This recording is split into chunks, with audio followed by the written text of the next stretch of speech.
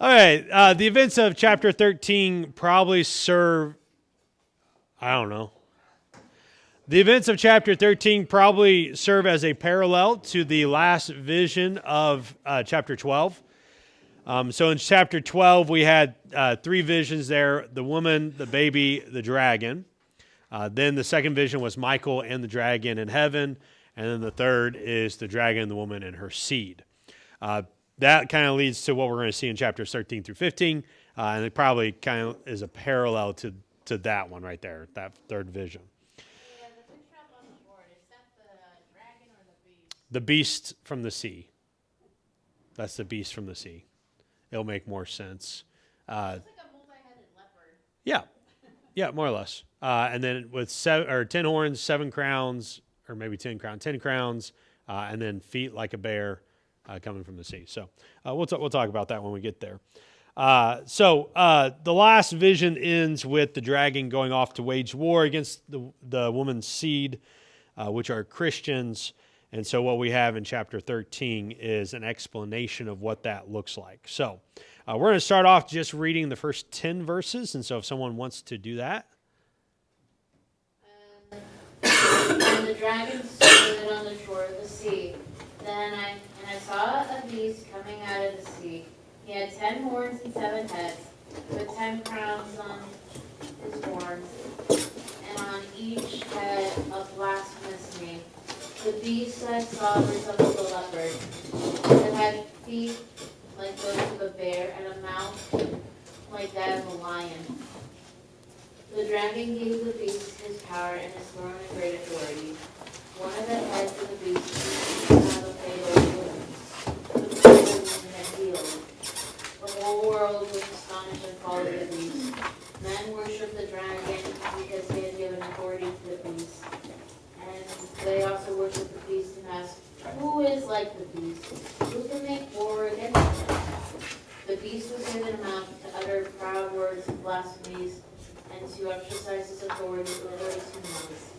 He opened his mouth to blaspheme God and to slander his name and his dwelling place to those who live in heaven.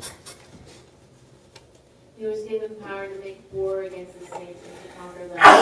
And he was given authority over every tribe, people, nation, language, and nation.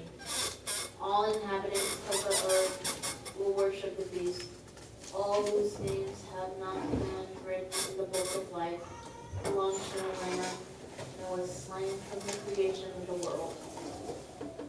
He who has an ear, let him hear. If anyone is to go into captivity, he will go. If anyone is to be killed with the sword he will kill. This calls for patient endurance and faithfulness on the part of the saints. All right. Thank you, Rebecca. I do firmly believe that this is probably the most applicable chapter if we can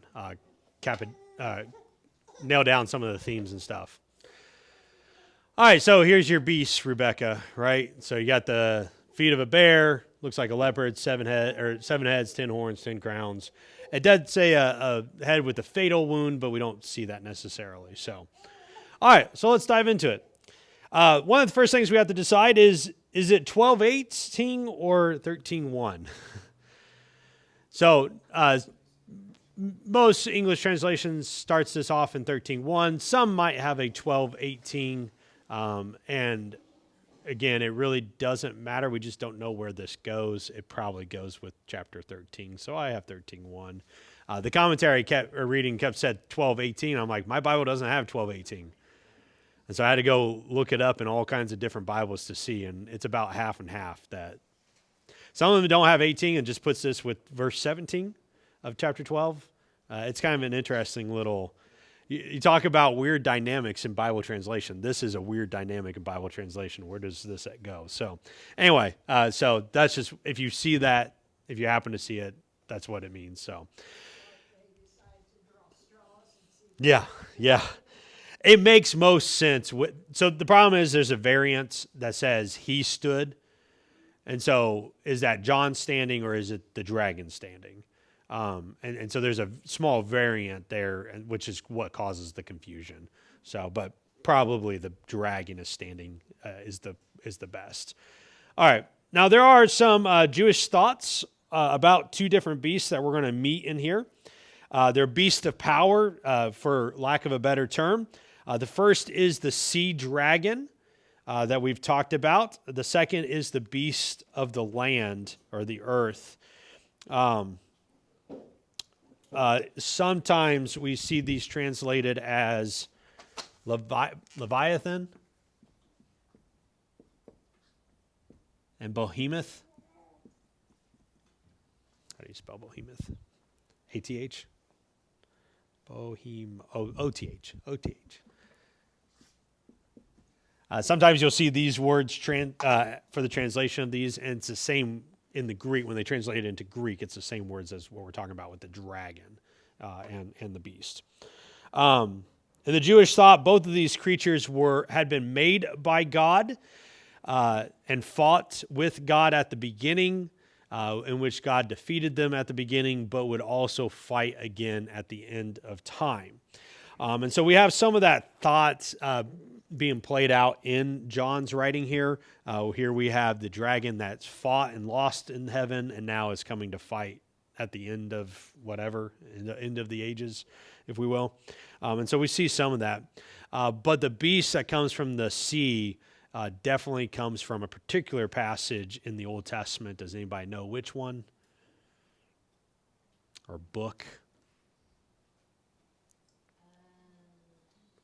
There's one book that's been used over and over again. Nope. Job talks about he uses those, and that's where you probably are thinking. But what about this beast, this picture? Where does that come from? This guy. No. Old Testament. We want Old Testament, not Deuteronomy. Daniel, thank you.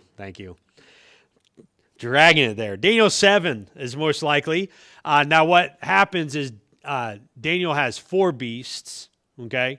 And the 4 great beasts are these: a lion with eagle's wings, a bear with 3 ribs in its mouth, a leopard with 4 heads and 4 wings, and then a great and terrible beast that has iron teeth, 10 horns with a 11th little horn. Now what we see happening here is a combination, right? So we have the leopards, right, with many heads, 7 heads. I think, I forget if this beast has 7 heads, but it definitely has 10 horns that comes out of it. Bare feet, okay, that was one of those things, right? So we see a combination kind of played out here.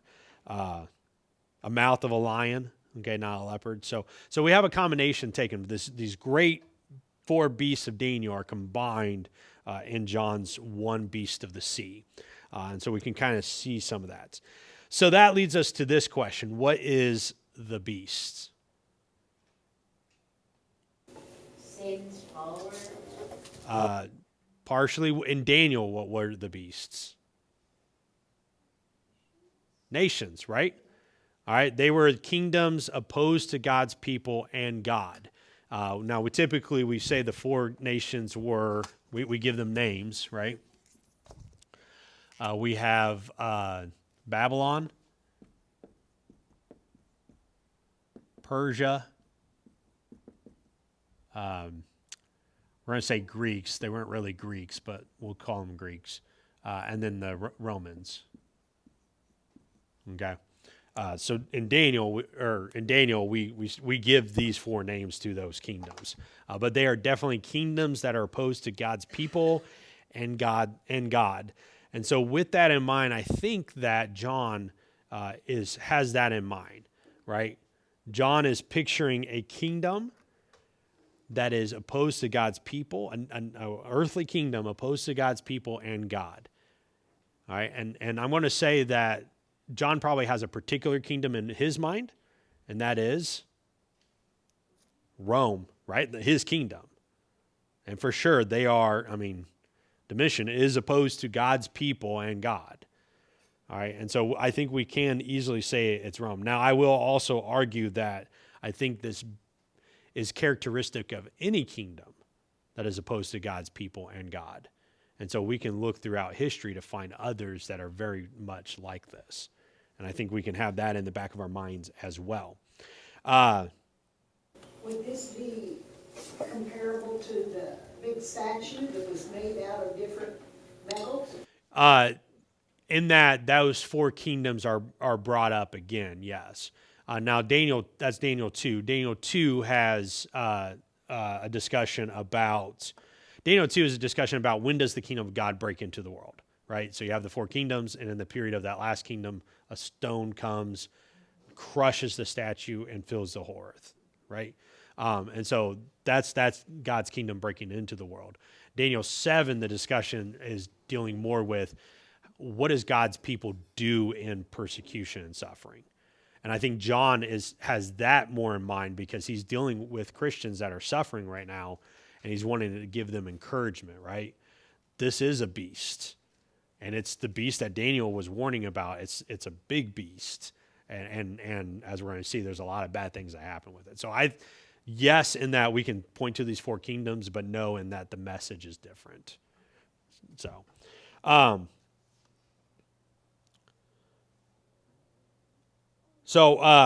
I use a word here, transtemporal, which means it crosses over time. So I don't think we're just talking about one kingdom. It definitely meant Rome, but any kingdom that is opposed to God and God's people. So I would say definitely communist Russia or USSR was definitely a beast in this mold and opposed to it. Communist China, for the most part, is that way right now. But we can also look at others. There's other places. We can discuss that later. So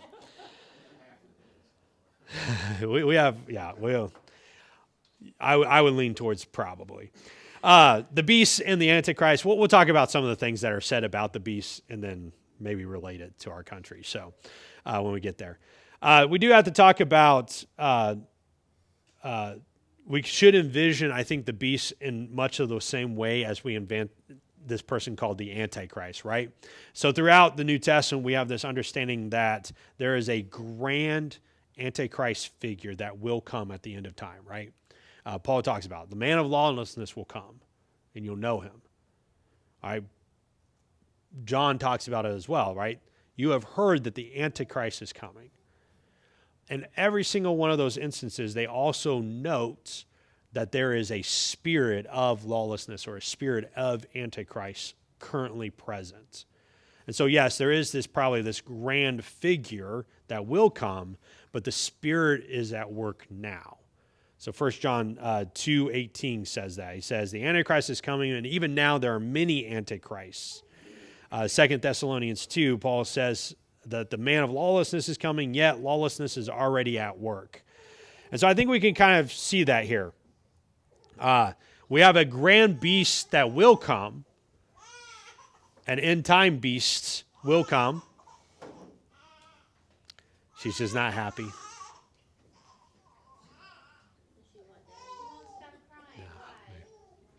We don't know. It's just a baby. She's a baby. It happens. So yeah, there will be a grand beast that I think that will happen. But even now, the spirit of the beast is at work in the world in which we live. At the very end here, it says the dragon gives the beast power. And I think this is a parody. And so what we're going to see is this idea of parody. What's a parody? Yes.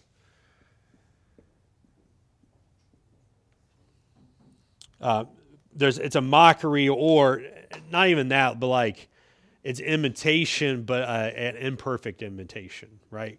And so we're going to see this parody of what God does, right? Like God gives power to Christ, right? We see that at the beginning of Revelation. He's giving this away. And the same thing is happening. The beast is giving power to this, or the dragon is giving power to this beast. She asked me a question. Okay. I had no idea. Are they all bad parodies? Parodies? No, not necessarily.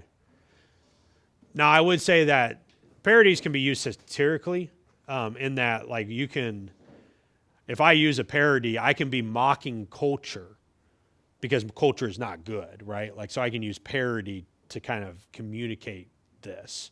So parody is neither good nor bad. It's just a form of communication. Now, in this case, this parody is bad because they are trying to imitate, trying to set themselves up as God, though they are not. And that's really where it comes down to. And so you're going to see a divine, you have the divine Trinity, and then what I'll call the unholy Trinity.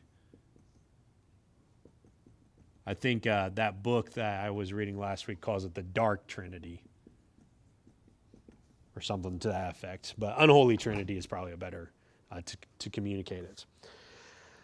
Okay, so in verse 3, we're told that the fourth beast appears as slain. Okay? And this is, again, influenced by Daniel chapter 7. So in Daniel chapter 7, the fourth beast is slain by the Ancient of Days. And so in Revelation, we have a slain head or a slain beast as well. Where have we seen this term appearing as slain? It's been in Revelation. Is it one of the earlier chapters? Earlier than this. We're only halfway through, so. Nope. The lamb, yeah. Behold, the lamb, the Lion of the tribe of Judah, and I looked and I saw a lamb as if slain, right? So again, we have a parody here, right? It's a parody of Christ. The lamb that was slain, here's a beast that appears to have been dead, but is revived. So you're seeing that as a nation that appeared to lose power and then comes out of it? Yes. And I think we can point historically, okay, to the year of the four emperors. If you were living in the year of the four emperors, that was AD 68, roughly. Nero commits suicide, and everything just falls apart. And the reason there's four emperors, we call it the year of the four emperors, because there was four emperors that fought each other, and like it looked bad. If you were living in the Roman Empire, you thought the world was coming to an end. And out of it comes Vespasian.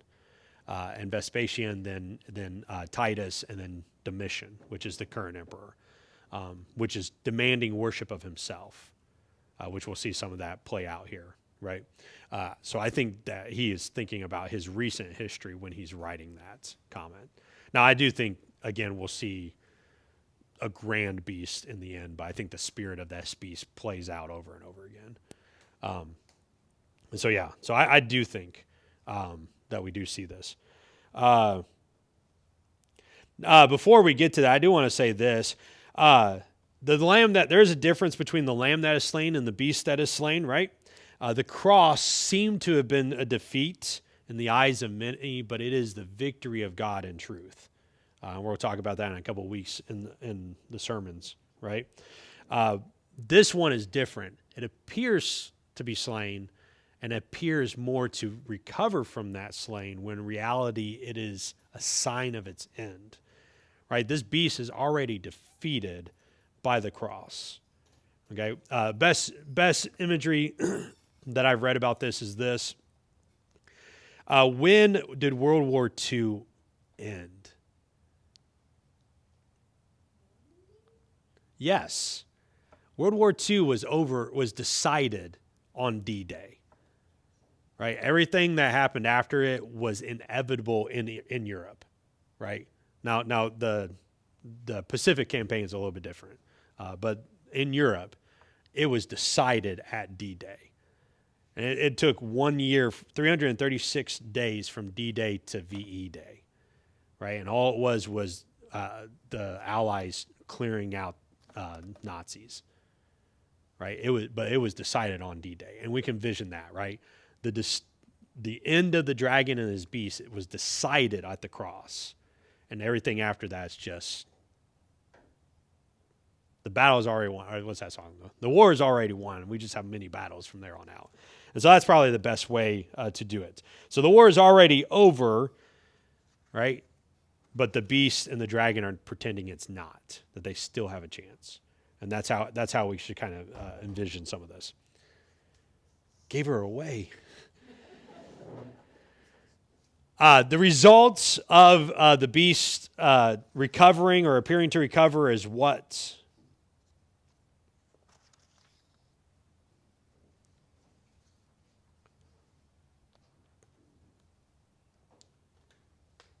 Oh, sorry, it's not a trick question. It's at the end of verse 3. The result of the beast recovering is what? The whole world will be astonished and follow the beast. Yeah, so this is an idea of worship.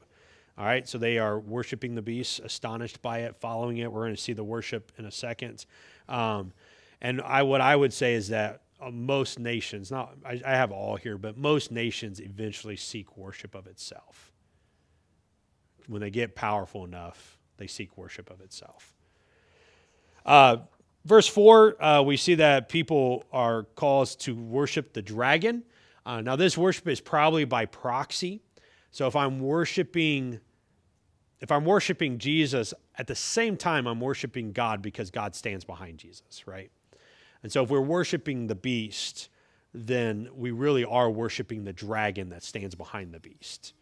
And so that's what I think we're seeing here. People worship the dragon because he is the one that has given power to the beast. So it's a proxy worship. Most people would not say if they're worshiping a nation that they're worshiping Satan. They would argue against that, but in reality, that's probably what's happening. Okay? Anything you put in front of God becomes an idol. Yes, absolutely. So worship of the beast comes down to the fact that it can fight and it can win, right? Who is like the beast? Who can wage war like him? God can. Right, but this is the reaction of the people, right? In their mindset, they're looking at it, they're like, who can fight this? Who is like this? And they worship, and what they're really worshiping is protection. Now, this is definitely Rome, okay? We can definitely see Rome in this. Rome was at a time where, for the most part, they went into battle and they won, right?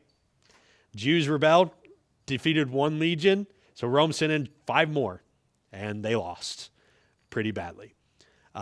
Rome appears to be an unstoppable force in many, many ways. And they here are saying, who is like the beast? Even when it looked like it was about to be destroyed, they came back and they won, right? Who is like the beast?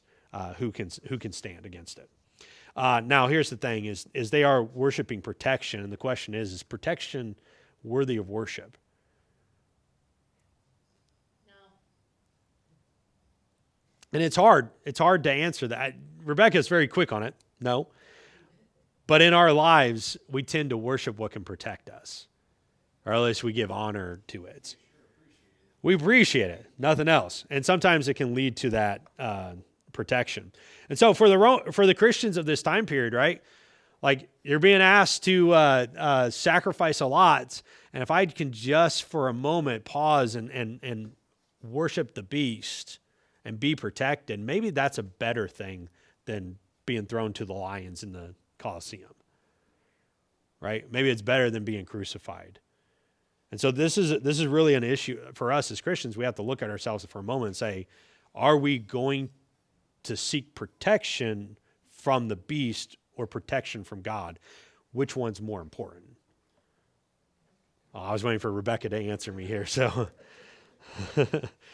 she got distracted at mom. So, and I think that's really what's happening here. So verses 5 through 7, the beast is given a mouth to utter proud words. He utters blasphemous words, exercises authority for 42 months. How long is 42 months? Yeah, there we go.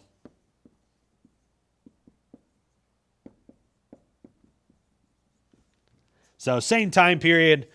So I would again argue that this is probably the same time period. Okay, not a different one, right? Same length as mentioned before, probably talking about the same time period. And so I think I can successfully argue that we have the beast in play now. Maybe not the grand beast, but at least the spirit of the beast at work in the world. And maybe more than one country equaling that beast. Like I really do think that. Like, I think China for sure.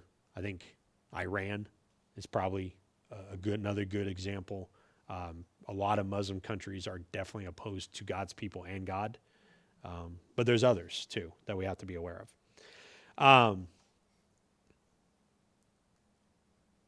Now the way that he fights his war though is given with words, right? So it's a war of words that's enforced by authority. Like we're fighting against the beast by blaspheming, but we also have the ability to throw you into prison, right? He's given authority over all the nations, right? All peoples. Let me see here. What I would argue too is that historically laws against Christians start off small, but become deadly fairly quickly. Which is why you see a lot of opposition by Christians when there's laws that seem to be oppressing our voice, right? Like Canada is dealing a lot with that right now. What's going on with Canada? We don't have enough time to talk about it, so I'll just stop there. But I think we see the opposition because we understand historically this is always the first step towards, right? Like in England, they passed a law here recently that you cannot protest outside of an abortion clinic. And that protest has been interpreted as praying. So if I pray outside of an abortion clinic, I can get arrested in England. In Canada, you basically can't preach out of Romans without getting arrested. Right. Especially Romans 1, right? Yeah. So like, this is just, small laws have big impacts. And while we might think that, hey, it's just a small thing, it can eventually snowball into something much, much larger. And I think that's what we see suggested by John, right? This beast blasphemes and has authority to carry out those words. And we need to be aware of that. Is that the last verses? Verse 8. No, verse 8. Sorry, I got my pages here got mixed up here.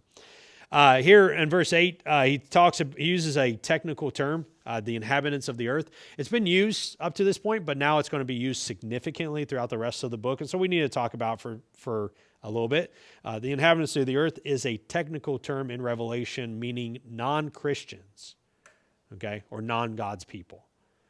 So these are people that are not following the Lamb, right? And we see that at the very end here, right? They do not have their name written in the Lamb's Book of Life, the Lamb that was slain from the creation of the world.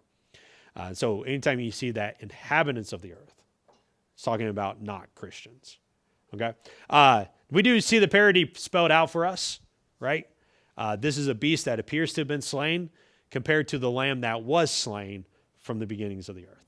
Okay, and he is worthy of the true worship. So they're worshiping the beast when reality is the Lamb that was slain is worthy of being worshipped. All right, and we've already seen that in chapter 4. All right, but it's spelled out here. Verse 9 through 10 is an aside. Okay, so John has just discussed his vision, and now he's giving theological reflection. Okay, and so this is what these verses are. These verses suggest that this is now in the first century and not some future event, right? Who has ear, listen to what has just been said. Why would he put that in there if it meant nothing to the first century Christians? It doesn't make sense, right? Like, so he's warning the people who are reading his book in the first century, pay attention. This is now, okay? And then for us, I think we can still say the same thing. Pay attention. This is now. We need to be aware of it. He who has an ear, let him hear is what he says, which is a refrain that's used in Revelation 2-3 at the end of each of the letters. He who has an ear, let him hear what the Spirit says to the churches. So what does it mean? What does it mean that the beast lives?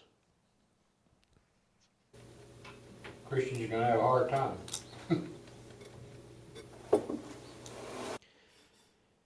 Yes, for much, right? Like, because the rest of it is a quote from two passages, Jeremiah 15:2 and Jeremiah 43:11. And I think they are meant for Christians, right? Those who go into captivity will be given to captivity. Those who are death expect death. And so for Christians, we should expect both captivity and death, imprisonment and death. if we are being faithful. Things are not going to be good. With the beast here, things are not going to be good. And then he gives encouragement at the end. What does he say at the end? Have patience, be faithful. Right? Have patience, endure it, and be faithful. And so we need to be aware that the beasts, the governments of this world, will seek to keep us down and to destroy us. It might result in captivity or imprisonment. It might result in death. But neither of these results should cause us to lose faith or want to compromise, right? You want to gain the whole world, you'll have to forfeit your soul. But if you want to gain your soul, you got to give up other things, right? Like Jesus makes it very clear, and I think John's repeating that same concept here, right? Compromise is not an acceptable option. You cannot serve two masters, right? One or the other. And so I think that's what he's saying here. The beast is going to turn and wage war against us, and we have to be able to stand firm when that happens. All right, so what can we learn from this first vision of chapter 13? Satan has power right now. But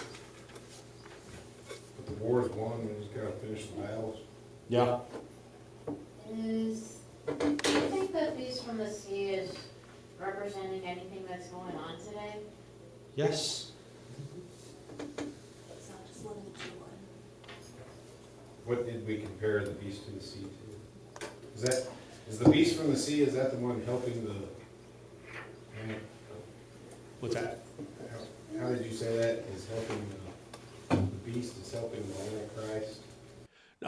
I think the beast is like the Antichrist in that there is probably a grand beast at the end, but also the spirit of the beast is present. So the beast of the sea is the Antichrist. Maybe.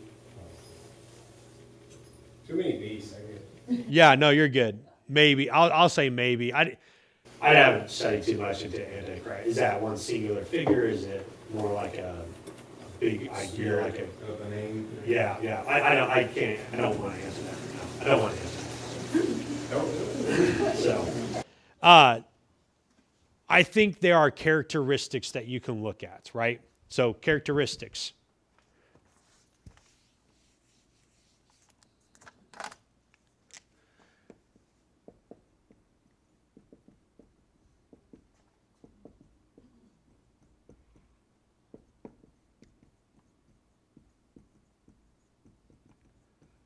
The beast is dominant in the world through warfare, right? Who is like the beast who can fight it?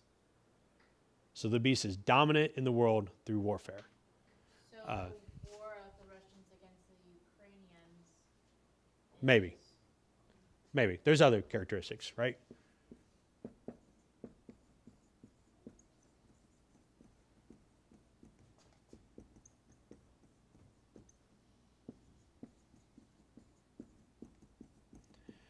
The beast also blasphemes God through words and deeds, right?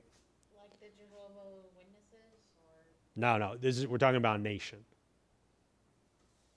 It would be like laws that you would pass, Yeah. like blaspheme the name of God, or, so those laws on gender reassignments and stuff where you're perverting God's creation, that would be a blasphemy against God. And the last thing is they imprison and execute God's people. So I think these are the three signs that typically we can point to and say, if these three things are happening, that's a beast. And so then you go to ask your question. So let's just say yes or no, right?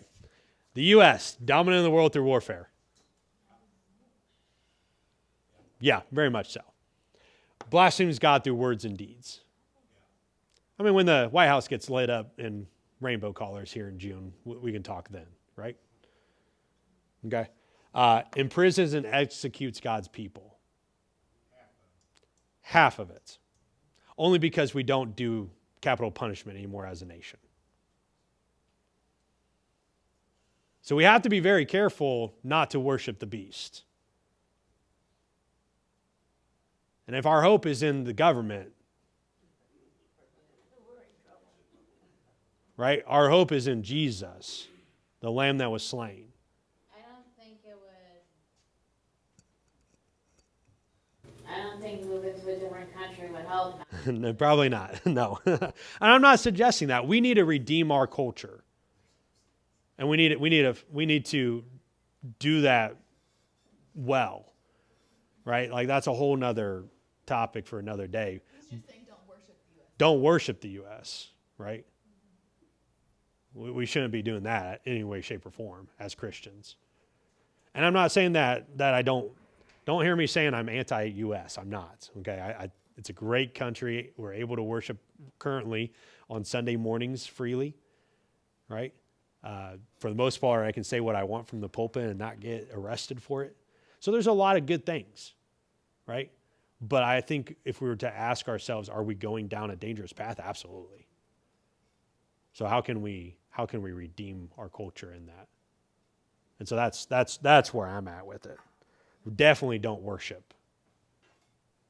I think we could almost apply Esther's remark that the Lord has allowed us to be here at this time. For such a time as this, yeah. Because, I've thought about this. If I would have been born and lived 100 years ago, would it have been easier? They still have difficulties there. Right. But we are in this time of period, and the Lord wants us to stand. Absolutely. We've got to stand. Yeah. If it's not just for our selfish person, us, for all of those who are around us and our families. Yeah. I think about when you're talking about imprison and execute God's people. I think about the illustration of a man who went to China, and he was sharing with some of the small group underground people, and he had 17 Bibles, and he didn't have enough. But he gave his scripture, and this one lady took her Bible and she passed it to somebody else. And she said, here, you can use it, because she didn't need it. Why?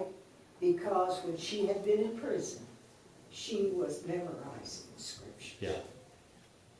When we have spare time, and I'm guilty of this too, going through my cell phone, I need to stop and think, what is the most important thing I should be doing in my spare time? Yeah. Besides praying Right. and reading God's word, I need to be memorizing Yeah. and praying. It's just kind of like, this is not just our family, but several people I've been aware of that have passed away. And I'm thankful for the Christians, because they don't have to fear. Yeah. Speaking to Albert out here this morning, and he said, we have lost 3 in our family this year. And I said, that's right, Albert, but they know where they're going. And Yeah. one of these days you're going to be with them. Yeah. So, this is from somebody that has, I sit and think too much.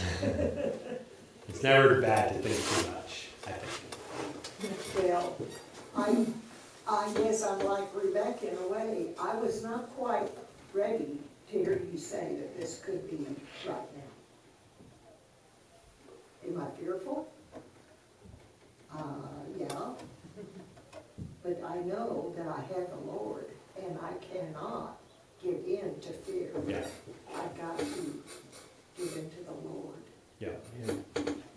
Yeah. And that's the most important thing. And I think the people that John writing to, it's even different than what we're experiencing. But definitely they were afraid. What these people can harm our bodies. And that is a scary thing for a lot of us. Even if we know that our eternity is with God and God, we still, I don't want to die tomorrow. I don't think most of us in this room want to die tomorrow. And so it can be scary to have that as a very real possibility. And so I can understand why they would want to do whatever they could to last one more day. you know? And so I think that's what John's dealing with more so than what we're dealing with, but we still need to be aware and not, sometimes we can get in this habit of doing things that is culturally acceptable, that in reality is not good. And I think we have to be careful with those things. Kind of like Caleb said earlier, anything that we place in front is this idol that ends up worshiping the dragon. But we do need to be aware of this grand cosmic action of nations and what's going on in our world today. And again, I'm not a doomsdayer, right? Like I'm not trying to do that at all. We have to recognize what Satan is doing, right? Like this is his end goal, right? He's setting up his parody of God. And that parody is at work seeking to bring worship to himself away from God. And as it says, the inhabitants of the earth are the ones that worship, not those that have their names in the Lamb's Book of Life. And I think we didn't talk too much about that, but I think that is a significant point that he puts that in there to just let his readers think, where is your name? Right? Like, are you in the Lamb's Book of Life? So which one are you worshiping? Are you worshiping the beast or the lamb? Both appear the same. Both have been slain and have recovered, right? So which one are you following? So to kind of wrap up here, I put on here, governments opposed to God's people will wage war against Christians, right? Like if they're opposed to God and God's people, it's going to happen. And it might be not as bad as maybe it used to be, but it's still bad. And it's still a very real possibility. And depending on where you're at, where their society is, especially on killing, you might end up in prison for 50 years. So again, I would say this, governments operate on a different moral standard than individuals. And so is it morally right for me to kill someone that's killed my wife or whatever? No. Is it morally right for the government to do that? Yes, it's morally okay, biblically. It's morally right for your government to send you to war and kill people. Yes. Yeah. So technically the guys who went after Hitler, is on crew. Oh, yeah, I would think. I mean, Hitler was a bad dude, and every government had every right. I mean, the Nazi government had every right to execute him, but they wouldn't. So I heard a story this week about there was a church in Nazi Germany that was right next to tracks, right next to train tracks on their way to the, not the gas chamber, but the camps, concentration camps. Thank you. And it would run on Sundays when they're having worship, and they would hear screams from the train, and their response was to sing louder so that they wouldn't hear those screams. And the point was, we cannot ignore what's going on outside of our walls, and we have to speak out against evil. And when it comes to our culture, we have to do something, redeem it in some way, and be good within the evilness that's in our culture. Hawker's famous saying, silence in the face of evil is evil itself. Yeah. Yeah. And he was killed for that. So Bonhoeffer was a German theologian that was killed because he spoke up against the Nazis. Compared to, I said this a while ago, I have a whole series of books that were written by Nazi theologians, and it's very interesting read every once in a while. So, yeah, well, I got to pay attention when they start talking about Jews, and I'm like, oh, okay, that's not what I think that means, but that's okay. So I don't usually use, I usually don't use, I have a different series that I use instead of those, but I do have them, so.